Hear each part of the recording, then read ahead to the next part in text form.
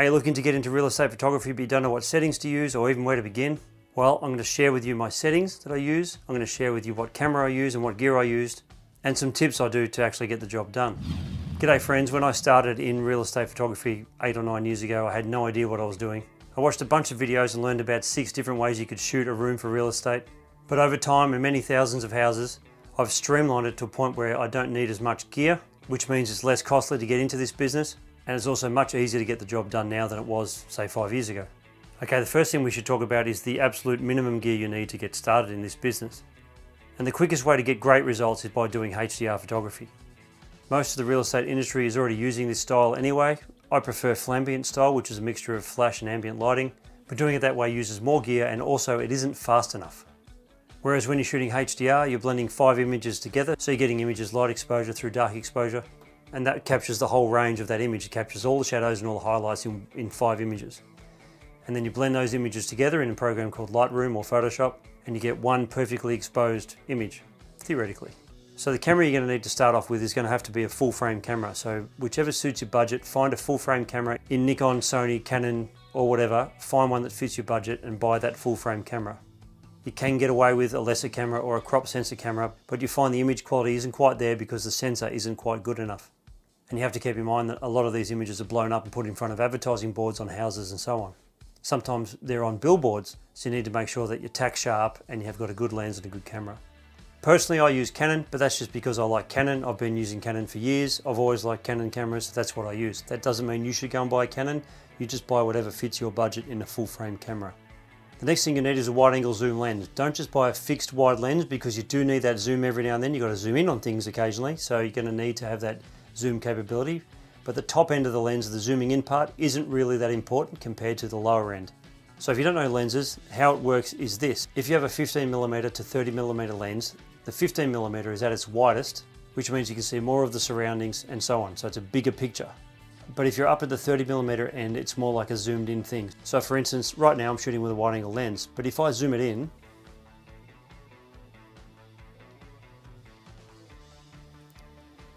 this is what you get. Whereas I can zoom out. You can see my studio a bit more, but this is what you'll get if I zoom out.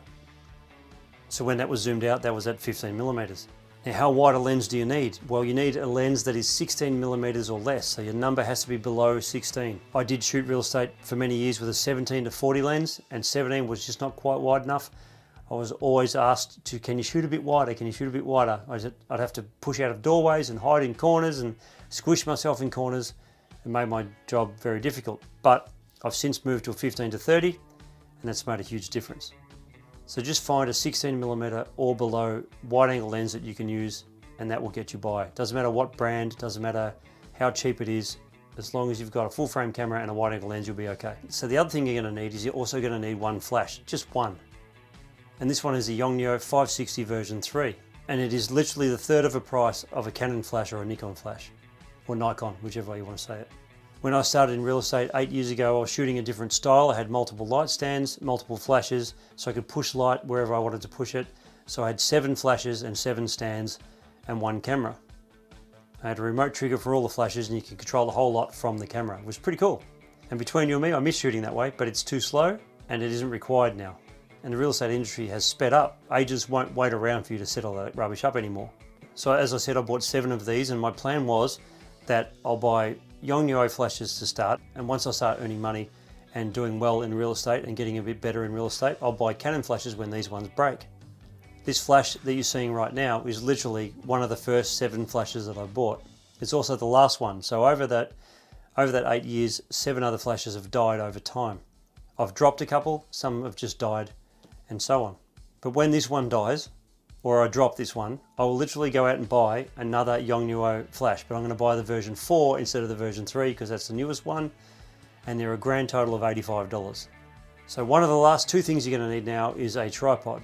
I use a carbon fiber Manfrotto tripod, but there is an aluminium version of this, or aluminum if you're American, which is very good, but it doesn't really matter what tripod you get, as long as you get one that goes 1.4 meters high, at least. Depending on your height, that will roughly be your height of your eye. Or if you're watching this in the US, 55 inches. It's got to be higher than that. You will also need a pistol grip ball head as well, like this one. This one is a Manfrotto 222. They don't make these anymore. I've had this one forever. which is probably why they don't make them anymore, because they don't break, therefore they can't sell more of them. But there are still plenty of these around you can get second hand, so if you can get one of these, they're the best there is. Grab one of these because they're amazing. Otherwise, there's plenty of other pistol grip ball heads. Otherwise, there's plenty of other pistol head grip ball things. I can't say pistol head grip ball. Otherwise, there's plenty of other pistol grip heads you can get for your camera. Just buy whatever you need to fit your budget. Now go out and buy all that gear and then come back and watch this video. I'll wait. 5 minutes later. Oh, great. Now you have all the gear. Let's talk about the heights of tripod settings when you're actually shooting. You need to know what height to have your tripod at. Everybody makes this mistake, so I thought I would show you exactly what heights I shoot at to get that consistent quality over and over again. So when you're shooting bedrooms and living areas and things like that, the camera should be no higher than your belly button. When you shoot down a little bit lower, you get more of the end of the bed in. You're not cutting the bed off, so it makes the room look bigger than it is. And in living areas, you want to maintain that same height. Now, the belly button is just a starting point. Depends on how tall you are, but that's where I'd start. And the next thing you don't do is you don't point your camera downwards or upwards, you point your camera straight. So all your vertical lines are perfectly vertical. You want them perfectly straight. We don't want them like this, we don't want them like that. Every time I see a real estate shoot that has angled lines like that, where the verticals aren't straight, I just think, not done by a professional. Or it's done by a beginner, one or the other. So you want to come across as professional straight away because you're trying to get work, you don't want to come across as a beginner. And when you're shooting bathrooms and kitchen benches and kitchen tables, you bring the camera height up to your sternum height, which is right there in the middle of your chest. That's the height you want to be at. That's where you want your camera to be. And once again, make sure your camera verticals are dead straight. Don't shoot downwards towards the table, don't shoot up towards the ceiling. You shoot straight. Now when you go outside, you want to make sure that your camera height is at your eye level. So if you have a tripod that goes up 1.4 meters, you'll probably find with the ball grip and the camera on top, it'll probably be at your direct height of your eye. Keep in mind I'm 6 feet 1 inches tall, so if you are 7 feet 6 inches or you're 3 foot 4, then you're going to have to adjust your settings accordingly. Now for the camera settings, which is what I know you've all been waiting for, but you can't really shoot unless you know the other stuff first, which is why I'm telling you about the camera settings now. For indoor shooting, I have my ISO set at 320 and my aperture or f-stop is set at f8. When shooting at f8 with a wide angle lens, everything in that shot should be in focus.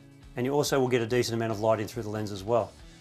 Now I also have a flash on top of the camera, that's the Yongnuo one I talked about before, and that is set at 1/16th power as well, and that's pointed up at the ceiling slightly forwards. So when you fire off your flash, the light will go up to the ceiling, hit the ceiling, diffuse, and come down in a blanket in front of the camera.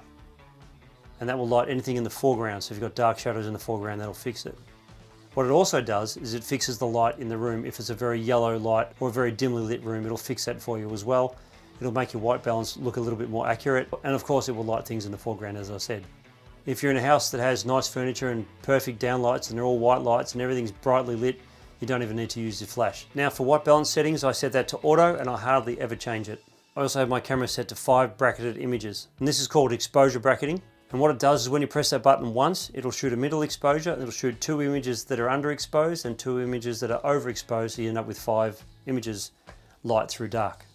So when they're underexposed, that'll bring the detail in the windows, and when they're overexposed, that'll bring the shadows up that are in the room as well. And when you blend them all together in Lightroom, you get a perfectly exposed image because you have the full spectrum of light through dark, all blended together. How much light you let into the lens is controlled by your shutter speed. You leave your f-stop and you leave your ISO alone, and you just adjust it by shutter speed. And how I usually do that is I'll overexpose to a window like this a little bit. Some of the highlights are blown out, some of the shadows are a bit dark. I sort of pick the middle, and then I fire off my shot, and then I check. And as long as you've got all your shadows covered and all your highlights covered when you look at your images, you can move on to the next shot. If you haven't, you just adjust it slightly. If you realize you haven't got your highlights, you bring them down a little bit. You realize you haven't got your shadows, you bring it up a little bit, and so on. And it's just done by spinning that dial on top of your camera, that shutter speed on top of your camera. When shooting outdoors, the only difference I make is I change my ISO to 100 because I'm not going to use a flash outdoors anyway, and I shoot it exactly the same way. And then I'll fire off the 5 images and see whether I caught all the shadows and caught all the highlights. And if I did, I just move on. So as you can see, once you get the hang of this, you can move through a house very, very quickly. If I'm doing a 4-bedroom, 2-bathroom house, double-story house for instance, and I'm doing it at dusk and there's no sun pumping in the windows, so we've just got evenly lit house, I can get through that whole house, photos inside, in about 15 minutes. And that's just because I've done so many houses. You know the angles after a while, so you just start going to the correct spot and fire off your shot. Quite often I'll get it first try and move on to the next one. Once you've mastered this photography part, you can move into other areas like floor plans and drone and video and so on. I've done a video right here explaining what gear you'll need to get started in that. Thanks for watching.